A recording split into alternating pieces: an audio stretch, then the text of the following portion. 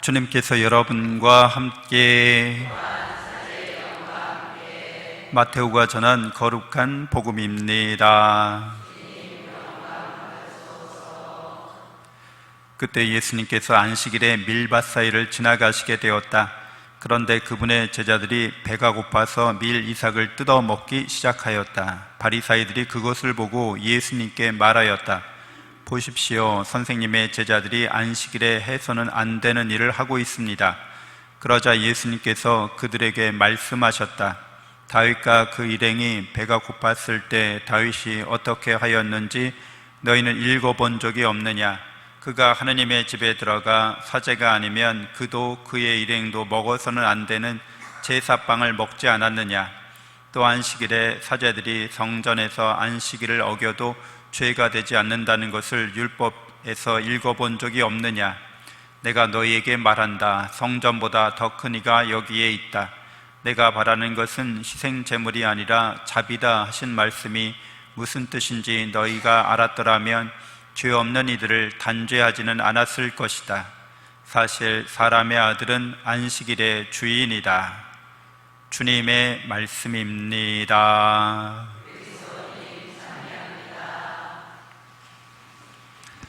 찬미예수님, 하나님의 복동이 고맙습니다. 고맙습니다. 네, 안식일 논쟁의 또 한 예라고 할 수 있죠. 그래서 안식일이 정말 중요한 이유는 하나님께서 세상을 창조하시고 쉬신 것을 의미하는데 완전하고 온전한 그 창조의 완성을 뜻하기 때문에 그러한 거죠. 그러니까 인간은 하느님께서 금요일 날 창조된 인간이 토요일 날이 안식일이니까 일곱째 날 바로 하느님과 함께 쉬었다고 하는 거, 그러니까 하느님과 함께 온전하게 됐다는 걸 말합니다. 그러니까 인간은 어떤 행위를 통해서 온전하게 되는 게 아니라 그냥 하느님과 함께 있으면 온전하다는 거예요. 그래서 하느님과 함께, 전적으로 하느님과 함께 있는 그 시간, 그걸 이제 안식일이라고 하는 거죠. 그래서 안식일은 일주일마다 한 번씩 돌아오지만 실제로는 영원한 시간이 되는 거예요. 그래서 여러분이 주일을 지킨다고 하는 의미도 바로 그런 의미인 거죠. 일주일마다 한 번씩 일요일, 주일이 다가오지만 그 주일은 온전한 영원한 사랑과 은총에 머무는 하느님과 함께 있는 그런 상태를 우리가 체험하는 거죠, 주일마다. 그래서 이 안식일에 관련해서 이 의미를 우리가 알게 되면 늘 그 일주일마다 한 번씩의 그 돌아오는 안식일을 통해서 영원한 시간, 영원한 시간이라는 말이 약간 모순되기도 하죠. 근데 영원한 그런 상태를 경험하는 것, 체험하는 게 필요하다고 볼 수 있습니다. 그러니까 하느님하고 내가 정말 가까이 있다는 것을 여러분이 이제 체험하셔야 되는 거죠. 그래서 예수님이 안식일에 관련해서, 율법에 관련해서 이렇게 말씀해 주세요. 그 안식일에 관련된 여러 가지 율법에 관련된 이야기들은 결국에는 우리가 하느님을 아는 것, 하나님 우리를 얼마나 사랑하는지를 아는 것, 그래서 그 사랑과 은총 안에서 우리가 머물고 생활하는 것, 이게 중요하다고 알려주시는 거죠. 하나님이 우리를 얼마나 사랑하는지를 깨닫지 못하면, 그래서 그 은총이 우리에게 충만하다는 걸 믿지 못하면, 그러면 어떤 행위를 통해서 우리가 하느님께 뭔가를 봉헌해야 하지만 받을 수 있다고 여기게 되는 거죠. 이게 조건적이고 이게 거래하는 거잖아요. 일종의 기브 앤 테이크가 되는 거죠. 근데 하느님과 거래하고 하느님과 기브 앤 테이크로 우리가 뭔가를 얻을 수 있다고 하는 거는 아예 잘못된 생각인 거죠. 그렇게 될 수가 없는 거죠.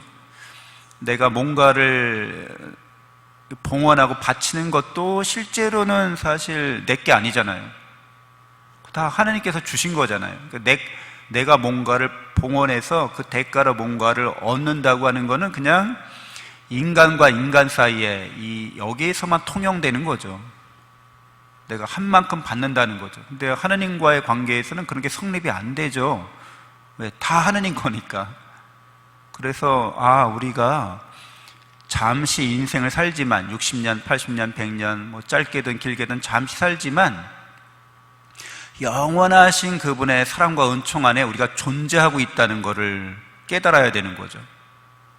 우리가 경험하는 인생은 영원에 비하면 나름대로 의미가 있어요. 왜 의미가 있느냐 하면 영원에 비하면 철라와도 같고 마치 그 스파크처럼 반짝하는 것과도 같은데, 부싯돌이 반짝하는 것처럼 했다가 사라지는 것과 같은데, 그럼에도 왜 의미가 있느냐 하면 잘 아는 것처럼 우리가 영원히 하나님을 닮아가기 위한 과정으로서 이게 의미가 있는 거죠.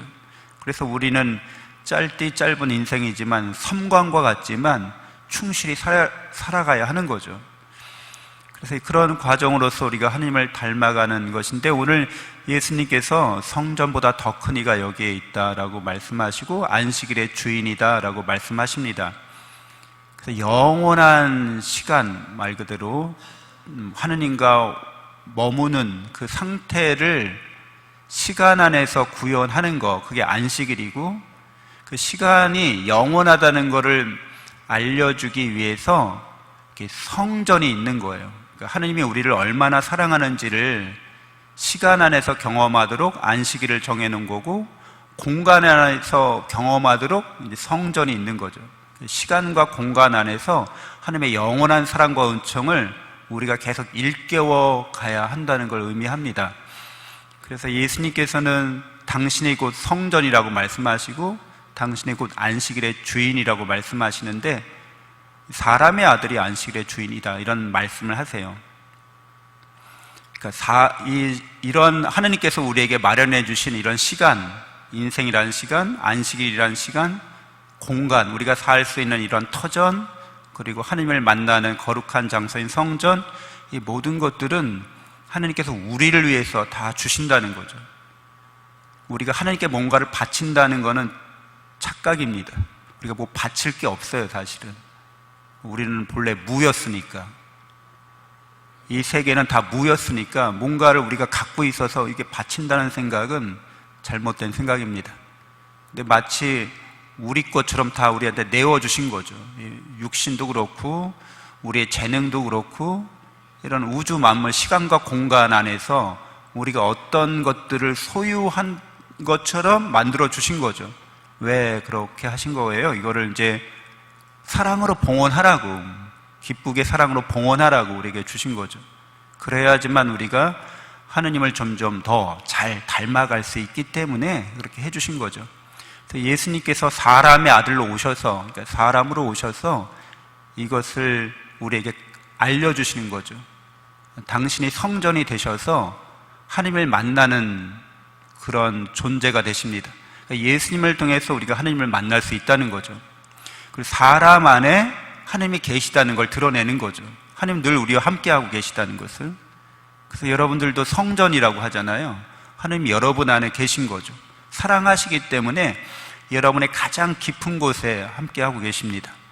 여러분의 가장 깊은 곳으로 들어가면 하나님이 계시다는 거죠. 그래서 여러분, 우리가 의식적으로 뭔가 할 때 우리의 의식이 깊이가 있어요. 표층의식, 의식의 표면이 있고, 마치 바다의 파도가 수면인 것처럼 깊이 들어가면 심해라고 하잖아요.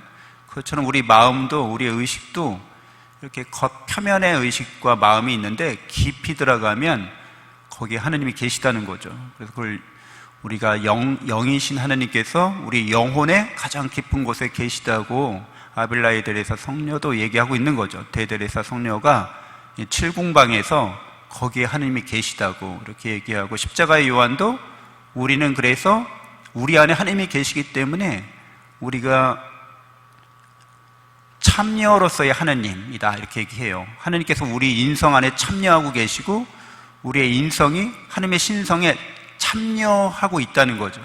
그러니까 참여로서의 하느님, 하느님의 신성에 우리가 함께하고 있다는 거죠.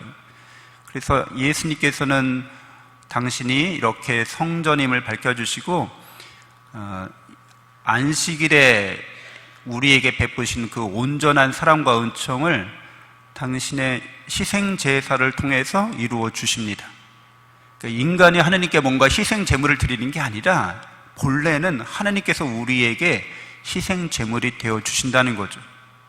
그게 안식일이 이제 주일로 바뀌는 거죠. 구약의 안식일이 신약의 주일로 바뀌는 것은 하나님의 아드님께서 우리를 위한 희생 제물이 되셨다는 거죠. 그러니까 하나님은 그만큼 우리를 사랑하시기 때문에 여러분들은 영원한 생명과 행복을 이미 받은 자들이고, 그래서 우리가 하나님께서 원하시는 삶을 살려면 내가 원하는 것은 나에게 뭔가를 바친다고 생각하는 것이 아니라 나의 사랑을 실천하는 건데, 그 실천이 가장 잘 드러나는 게 자비다라고 말씀해 주십니다. 십자가의 자비가 우리를 구원합니다.